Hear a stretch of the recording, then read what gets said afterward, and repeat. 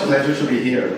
I mean, it has been a while. I haven't been to Edelman office after spending a lot of time doing work with Edelman during my Unilever days. And I was watching some of the panels before, and I'll tap into some of the things that people have said before. Can you flip it over to me? For the ones that don't know me, my name is Fernando Machado. Work in marketing my whole life. I'm Brazilian. Like, you said one word, I was like, he's Brazilian. Like, I can never get rid of our accent. It's a good thing. I grew up working marketing in Unilever, which is a very purposeful company. So the school of marketing I come from is a very purposeful marketing school. I was there for 18 years. My last 4 years were my best years in Unilever. I was global vice president for Dove. We did some really cool stuff. I'll touch on my Dove days in a second. Then I moved to Burger King. I moved from London to Miami, rediscovered the sun. And first it was just Burger King. Then it became Restaurant Brands International because we acquired Popeyes and Tim Hortons. I ended up being the CMO for those 3 brands. I moved to Activision Blizzard, that's Candy Crush. Activision Blizzard is like Activision, Blizzard, and King. Call of Duty, Blizzard is Overwatch, World of Warcraft. King is Candy Crush, which is huge. I was there for like 2 years. I was not thinking about leaving, but an opportunity came, and one of those that you can't pass. So if we move one more, I moved to a startup. I always worked thinking I'd love to do startup mentality type of work, but what the hell did I know? I never worked in a startup before, so I thought, well, maybe I should try, and it has been really fun so far. I will touch on NotCo in a second too. If you can go to the next one, the marketing dilemma was many of the questions that were asked before. If you click one more for me, sorry, it's this is kind of the biggest dilemma I think in the lives of all marketeers. Not just when it comes to purpose, but in general, right? I mean, short-term business results, long-term relevancy of the brand. And I love this phrase. It's a phrase that I first heard from Jonathan when he was head of marketing, I think, for Coke. And he used to say, sales is our duty, but building the brand is our legacy. And I really believe on that. I don't think anyone working marketing will survive a year on the job if you're not driving results, sales, basically. At the same time, if you just do, and I'll probably say some controversial things here, but if you probably just do what the CFO is saying, or if your CEO comes from finance, you'll be doing a bunch of promotions one after another, right? And it's like digging a hole. It becomes harder and harder for you to achieve growth on the following year. I love this graph. It's not my graph, I stole. But basically that dotted line is 6 months. And the yellow line is the impact of promotion, short-term sales activities. Nothing beats a good promo, guys. You know what I mean? So if the discussion of ROI is in 6 months, run a promo. It will win in terms of sales. Now, if you're trying to build a brand and not digging a hole that's so deep that at some point you'll be throwing sand and it will fall on your head because you're digging the hole while you're inside the hole, and I've been there, to be honest with you, you need to do more than just that. And purpose is a way that you can do more than just that. If you click one more for me, yes, purpose matters, right? And I don't need to explain this to you. We're a highly biased audience, so you came to a purpose, or a workshop, a whole day talking about purpose. So I believe that you believe. But if you don't, and if you want to take some numbers back to your CFO, you go one more.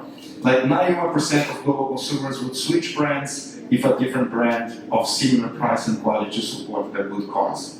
If you go to the next one, only 20% of brands do that. This data is probably old now. I think it's from 10 years ago. I think that many brands jumped on the bandwagon, to be honest with you, of doing purposeful work, and that number is probably higher. I think that there are brands that do well, there are brands that don't do so well, and I think that the discussion that happened on the panels, people were alluding to that. Right? There are people who do it without really believing on it. There are people who do it just because they saw this data. And that's not the right way to do it. I love this one too. It's also a little bit old.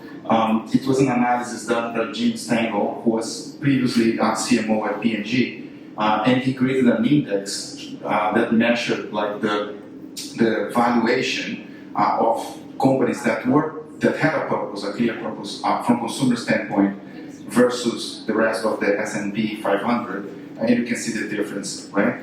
Like that's the thing to me. You can go one more. Sorry. Like when I worked on Dove, like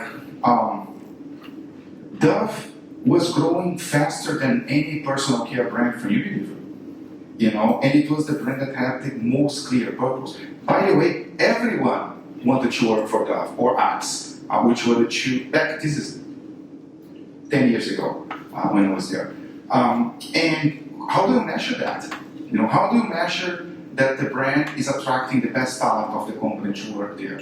How do you measure that the brand is retaining talent because they believed on what you're doing? How do you measure that? I would ask anyone on the team, what are you doing here? And everyone would ask, I'm here to make women feel more beautiful. Everyone here, everyone would give the same answer. And we don't have to brainwash people. It was not written on the wall. And maybe some people would give a different articulation of that sentence, but everyone knew what we were doing. Like the products, every single product was a beauty product. Dove was a beauty brand. You wouldn't launch a deodorant and fight the claims of deodorants, which is like 24-hour protection, 48-hour protection, protection against sport, protection. It was all about beauty. So they even to launch the product, you need to find a different angle. And that to me is one of the key. If you were to take one thing out of my presentation, I think that the key thing is your purpose, in my view, needs to be somewhat linked to your product or your service. You know, it can't be, and it can be a bit controversial, what I will say, but it cannot be just because the CEO or the founder was passionate about it. Because at some point the CEO will change, and the new guy will come and will change it. And then it will basically lose everything that you took so long to build. You can go one more. Now that's why we're doing stuff like this. You know, when we did Real Beauty Sketches, and I was lucky enough to be on that team, and this is 2013, so maybe some people will not remember, but I promise you, back in the day, it was a big thing. When we did that, the objective was not to drive sales. So, but the company believed that we had to have purpose for all brands, but it was always linked to what the products and the brand was doing. So in the case of Dove was beauty, in the case of Lifebuoy was hygiene. So every single brand was forced to have a point of view. You know, like this thing did drive sales, but it was not the objective. Like my P&L was dependent on me doing really well the new Dove Beauty Bar campaign, or the new variant of Dove Body Wash. And I would layer on top of that purposeful work. And we had like the Dove Self-Esteem Fund, we were doing workshop in school for kids, like in scale, you know, like massive. And everyone would participate because it was also like a good retention and attraction of talent. Can you go one more? Yeah, so that's the point that I want to make about Dove. You know, product and purpose going together. You can go to the next one. Like in the case of Burger King, like when I joined BK, it was a tough environment in the beginning. I'm not going to lie to you. Like 3G had acquired Burger King. Like it was the classic 3G playbook, firing lots of people, bringing a bunch of people in, and trying to drive short-term results. It was chaos. It's very hard for you to carry a flag of purpose if sales are minus 10%.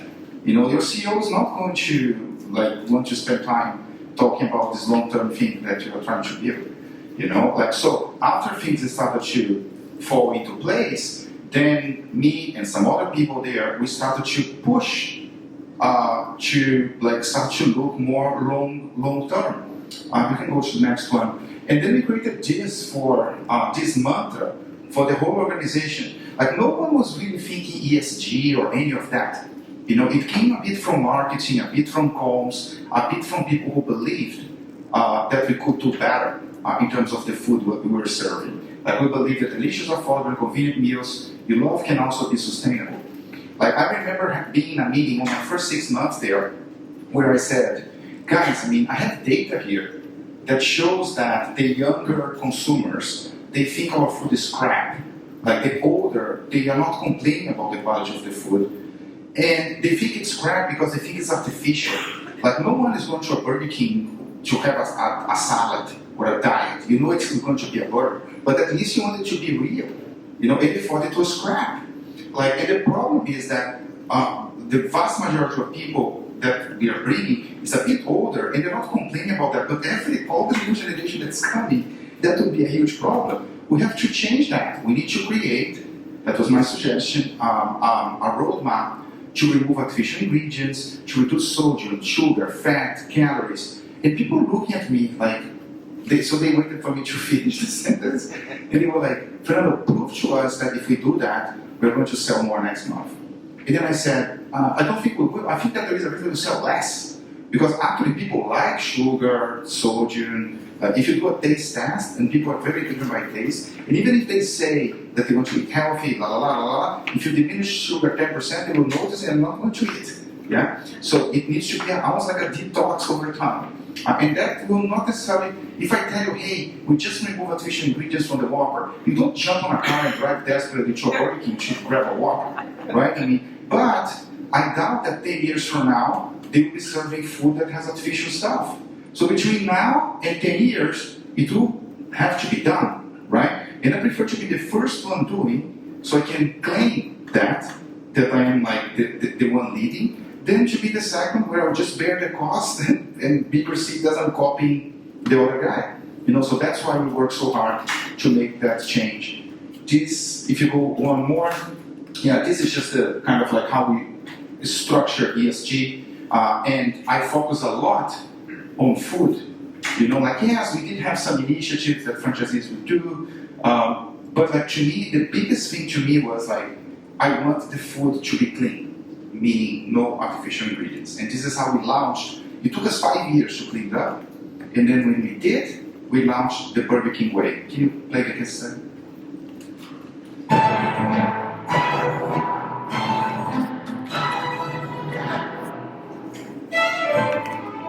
Fast food, an industry that offers convenient, craveable food at a good value. But you put out a new pack and you can keep it there forever, right? It's right here. No fungus, no mold, no smell. Why isn't there mold on that? well, because of all the stuff we put in our food. What we put in our bodies. It's time to change that. What a difference a day made. Burger King is rethinking the image of its signature Whopper burger. They're turning a lot of heads with a new ad. Maybe some stomachs too. Showing that mold could be a beautiful thing. It shows a moldy Whopper as a way to announce that the fast food chain will no longer put preservatives in their food. The beauty Of no artificial preservatives. I think it's great. It's very risky, but I think it's a really neat commercial. It's fascinating and gross at the same time. When I watch this, I'm like, I can't unsee this, but also I can't stop watching it. When one company makes a decision like this, it certainly has ripple effects across the whole industry. So is this really the best way to sell a burger? Well, I know the difference is you.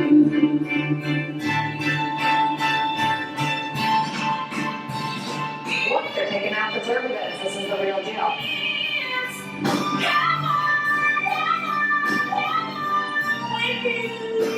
I think it really speaks to the fact that companies are hearing this huge tectonic shift of customers asking real questions about what's in their food. They're removing preservatives because they feel real food tastes better. The difference is you.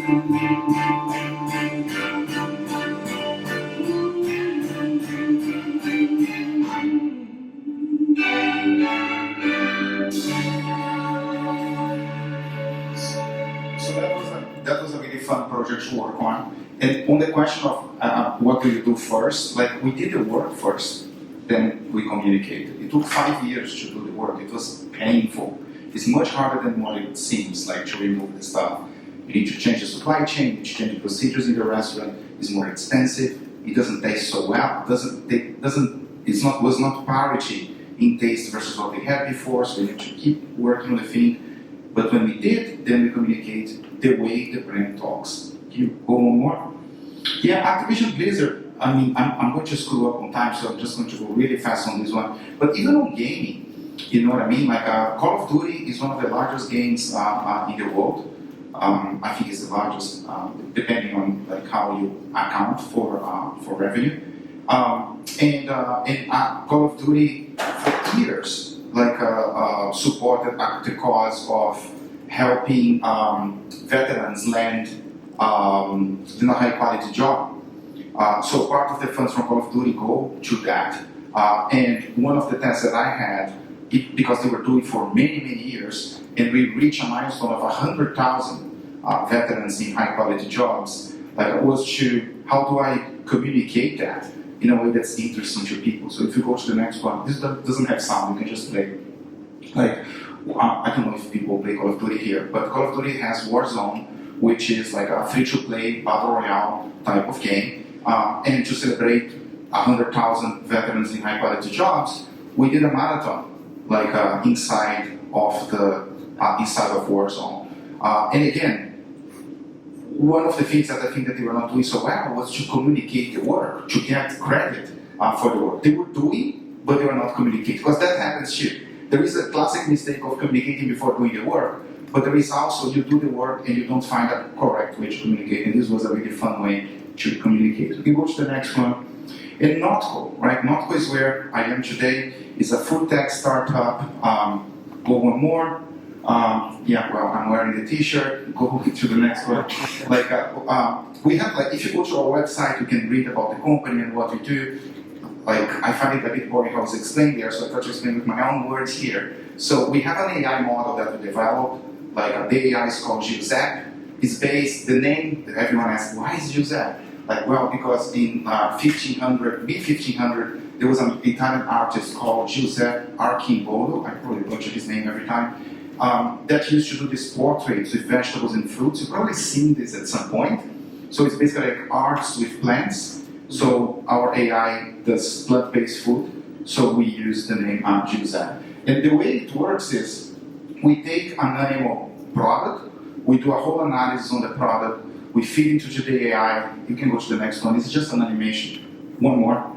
We feed it to the AI, then the AI spits 5 recipes. Our chefs, so it's humans plus AI. Our chefs take the recipe, prepare, go to the AI, say number 3 was the best. Then the AI spits another 5, and we converge into the target in 2-3 weeks. We're getting better and better every time. It usually takes 2 years to create a product. Right now, we have the custard and the shake from Shake Shack. Just give you one example. They are from NotCo. It's branded NotCo. It's awesome. Just try it. I take my word for it. Try it, you'll see. Go to the next one. Yeah.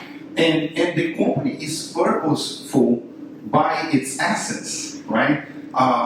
When Matthias, who is the founder CEO, created the company, he created on the in the room of his sister who had left to college, and he felt that the food industry was very inefficient in terms of the way it was preparing food, and it was not very sustainable for the environment, and that's how the company started. It started with mayo. He's from Chile. Chile, curiosity, is one of the largest per capita consumptions of mayo in the world, so he started with mayo. And the cool thing about the AI is that, for instance, our milk, which is called not milk, our products are all called not something, not burger, not chicken, not milk. It's not like non-dairy milk where it's almond or oats or one ingredient. Ours is a blend of ingredients because the AI doesn't discriminate. So the milk has cabbage, coconut, pineapple. If you go to the next one, this is how it compares to regular milk in terms of water and CO2. I could pick any variable, energy, whatever, in terms of sustainability. Go to the next one. This is not chicken, just launched in the US, chicken patties and nuggets. And again, if you go to the next one, any startup that build in terms of sustainability will kick the ass off like the animal target. So it's just like the example from healthcare, right? I mean, here it comes embedded on the product. So I'm very focused on telling the story so that we can sell more and make a bigger impact for the environment, and I'm also focused on telling the story that we're removing the animal from the equation. Go one more. I will play this one. It's a 2-minute case study.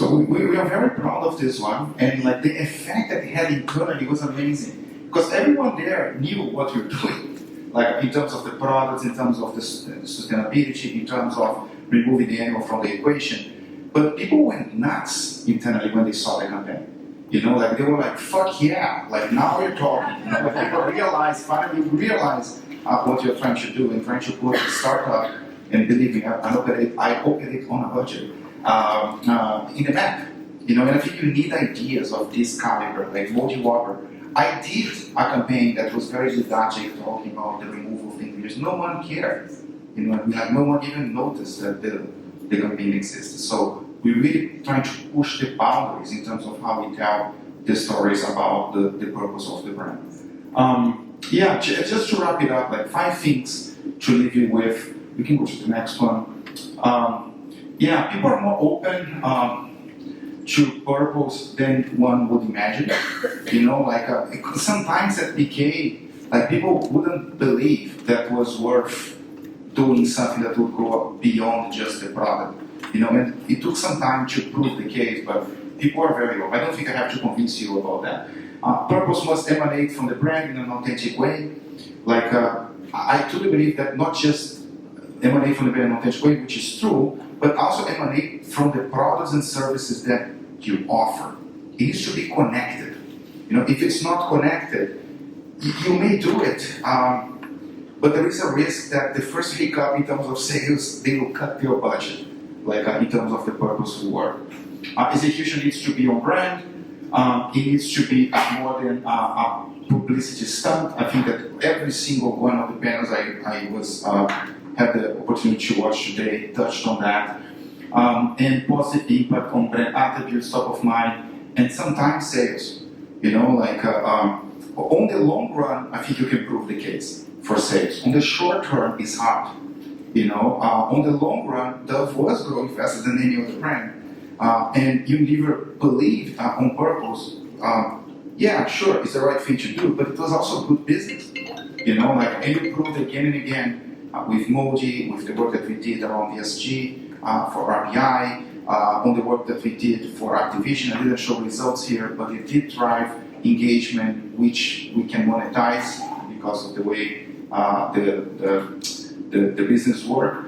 And then NotCo, my objective when we did that campaign was not to sell more. It was more like to increase awareness of the brand. But because I'm a startup, increasing awareness tends to translate to sales too. So those are my 5 things that I've learned through that journey. I hope you guys enjoyed. We'll have a panel now. We'll have like Lance joining me here on stage. Thank you so much.